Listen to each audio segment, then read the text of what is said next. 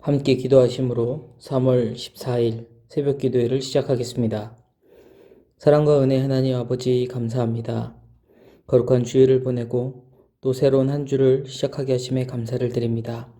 이 한 주도 주님과 동행하는 한 주 되게 하여 주시고 무엇보다 사순절을 보내는 기간 더욱 주님을 묵상하며 주님과 동행하는 하루하루를 보내게 하여 주시옵소서.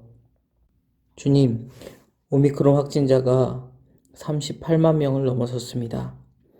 급격히 증가한 확진자로 인해 또다시 저희가 온라인으로 예배를 드리고 있습니다. 우리가 비록 함께 모여 기도하지 못하지만 우리가 우리의 마음을 하나로 모아 기도하게 하여 주시고 우리가 늘 주님 앞에 모이기에 힘쓰는 주의 거룩한 성도 되게 하여 주시옵소서.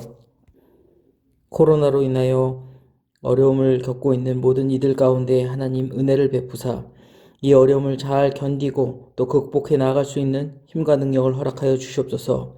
사랑의 주님, 성도들 가운데에 또 코로나 확진으로 인하여 지금 치료 중인 이들이 있습니다.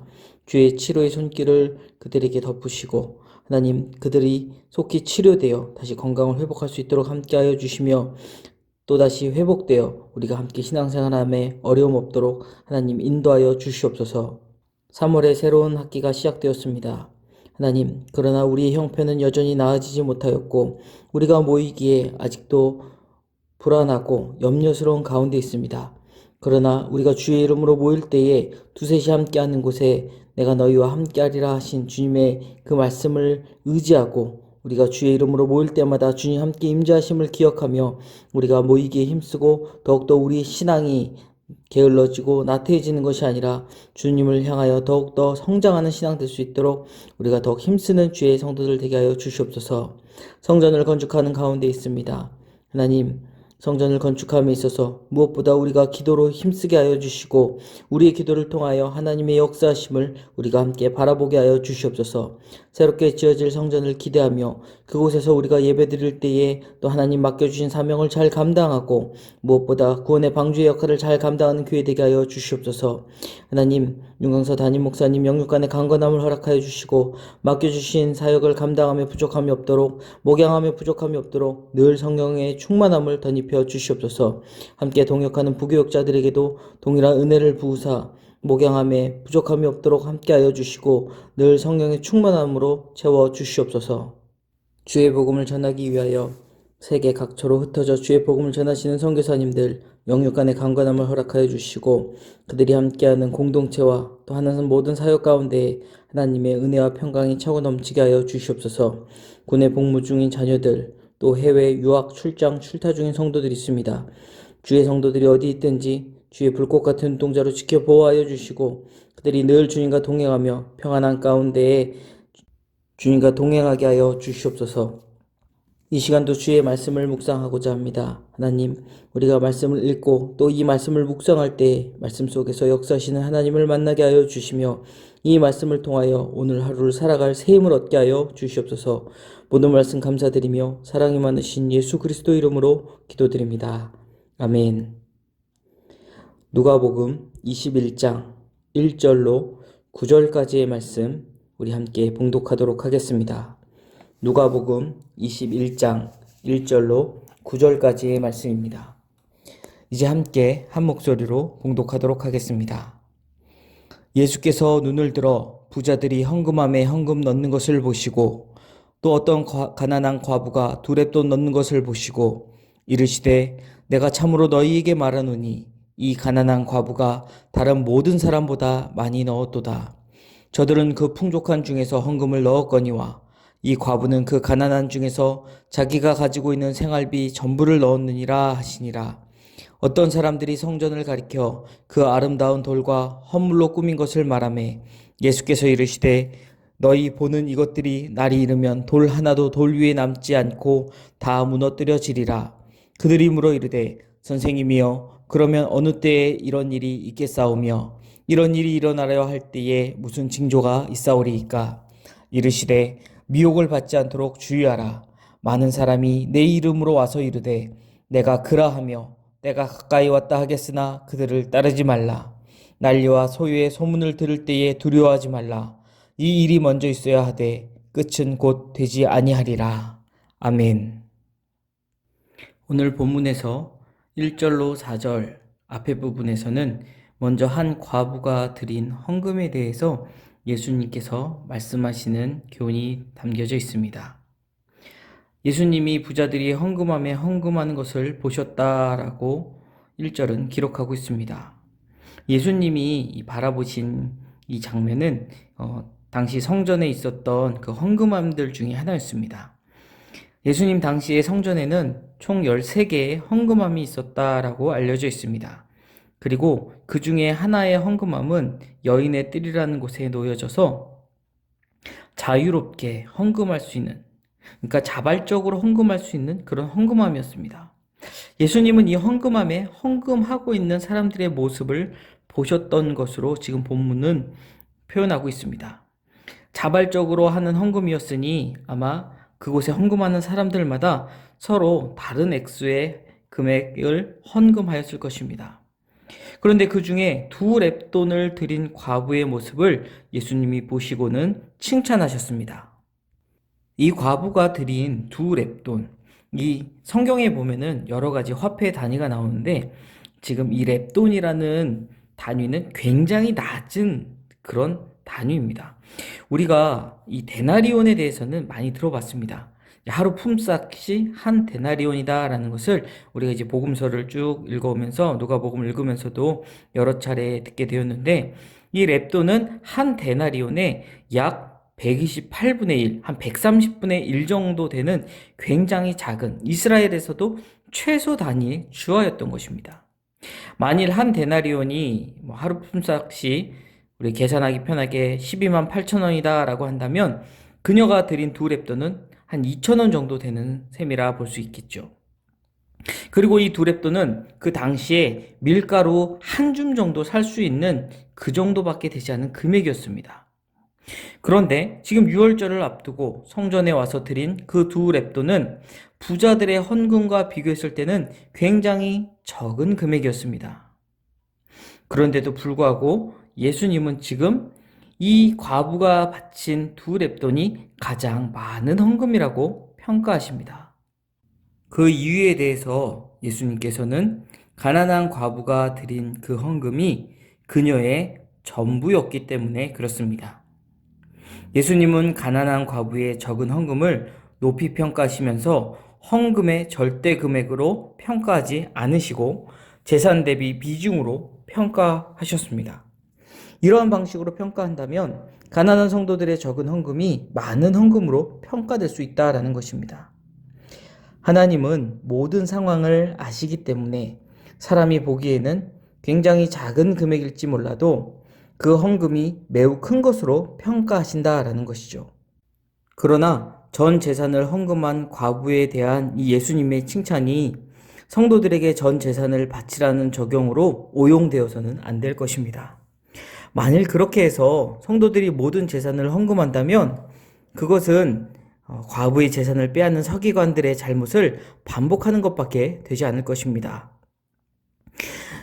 예를 들어 가난한 성도가 적은 헌금을 한 경우에도 칭찬하는 것과 그들에게 그렇게 헌금하라고 강조하는 것은 전혀 다르게 받아들여질 수 있습니다. 이것은 서로 전혀 다른 적용이 됩니다. 전자의 경우는 본문을 잘 적용한 것으로 볼 수 있지만 후자의 경우는 본문을 잘못 적용한 것이기 때문에 그렇습니다.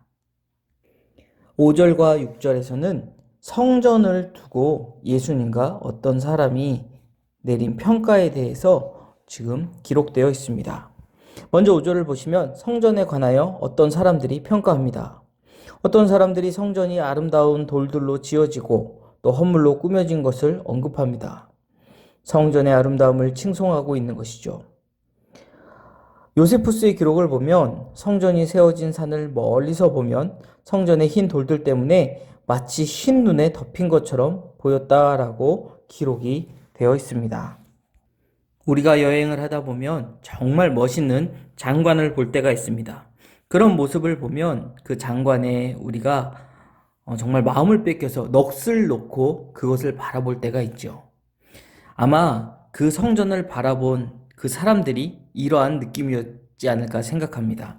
너무나도 멋있어 보이는 이 성전을 예수님 앞에서 자랑하고 싶었던 것으로 보여집니다. 그런데 우리 주님께서는 6절에 그 사람들이 지금 어떤 이들이 내린 평가와 전혀 다른 그런 말씀을 하고 계십니다. 너희 보는 이것들이 그들이 자랑하고 자랑스럽게 여긴 그것이 날이 이르면 돌 하나도 돌 위에 남지 않고 다 무너뜨려지리라. 우리 주님은 너희가 그렇게 멋있다고 자랑하고 있는 저 성전이 모두 파괴될 것이다 라고 하는 성전 파괴 예언을 하고 계신 것입니다. 지금 예수님은 성전의 아름다운 외양에 대해서 언급하지 않으시고 이미 본래의 기능을 상실해버리고 강도의 소굴이 되어버린 이 성전이 파괴될 것이다 라고 예언하고 계신 것입니다. 이 성전이 돌 하나도 돌 위에 남지 않을 정도로 철저하게 파괴된다라는 것입니다. 유대 전쟁에서 승리한 후 성전 건물을 바닥에 허물라는 로마 황제의 명령이 집행되어 이 예언이 성취되었다라는 것은 우리가 역사적 사실을 보았을 때 확인할 수 있습니다. 지금까지 남아있는 통곡의 벽은 성전 건물의 일부가 아니라 성전 터의 기초 구조물입니다. 우리가 이제 성주 순례를 가서 통곡의 벽을 이제 가보거나 하면 그것을 어떤 이들은 성전의 일부다라고 생각을 하는데 성전이 아니라 성전 터의 기초 구조물이다라는 것을 우리가 볼 수 있습니다. 하나님의 임재를 상징하는 성전이 파괴되리라라는 그 예언은 어찌 보면 당시에 그 자체로도 신성모독으로 간주될 수 있었습니다. 예전에 우리야 선지자가 성전 파괴를 이제 구약에서 예레미야서에 보면은 26장에 우리야 선지자가 예언했는데 그로 인해서 그는 죽임을 당했었습니다. 아마 예수님도 이 예언으로 인해서 더 많은 미움을 받지 않았을까라고 우리가 예상할 수 있을 것입니다. 주님의 말씀에 이것들이 날이 이르면 그렇게 된다라고 말씀하셨기에 7절을 보면 그들이 다시 주님께 묻습니다. 선생님이여, 그러면 어느 때에 이런 일이 있겠사오며 이런 일이 일어나려 할 때에 무슨 징조가 있사오리까? 지금 이들은 이 일이 언제 일어나는지 그 때가 또 그때에 발생할 징조에 관심을 쏟고 있습니다. 거기에 대하여 예수님은 말씀하십니다. 이르시되 미혹을 받지 않도록 주의하라. 많은 사람이 내 이름으로 와서 이르되 내가 그러하며 때가 가까이 왔다 하겠으나 그들을 따르지 말라. 난리와 소요의 소문을 들을 때에 두려워하지 말라. 이 일이 먼저 있어야 하되 끝은 곧 되지 아니하리라. 예수님은 먼저 8절에 첫 번째 증거로 많은 거짓 선지자, 거짓 메시아가 등장한다라고 말씀해 주셨습니다. 자기가 메시아라고 주장하는 자가 거짓 메시아다라는 것이죠. 그들은 와서 때가 가까이 왔다, 종말이 곧 임할 것이다 라고 말할 것이라고 이야기합니다. 성전 파괴 전에 이러한 징조가 실제로 발생합니다. 갈릴리의 유다스의 아들 메나헴은 주후 66년경에 왕의 행세를 하며 예루살렘으로 입성했었습니다. 메시아는 왕적 존재이기 때문에 이처럼 스스로 왕이라고 주장하는 것은 자신이 메시아라는 주장을 담고 있는 것이죠. 또 3년 뒤인 주후 69년에 시몬 바 기오라라고 하는 이가 왕인 양 행세를 하고 다녔다라고 기록이 남아져 있습니다. 그는 유대인들에게 예루살렘의 독립을 약속했으므로 자신이 메시아라고 주장한 인물에 해당한다라고 볼 수 있습니다.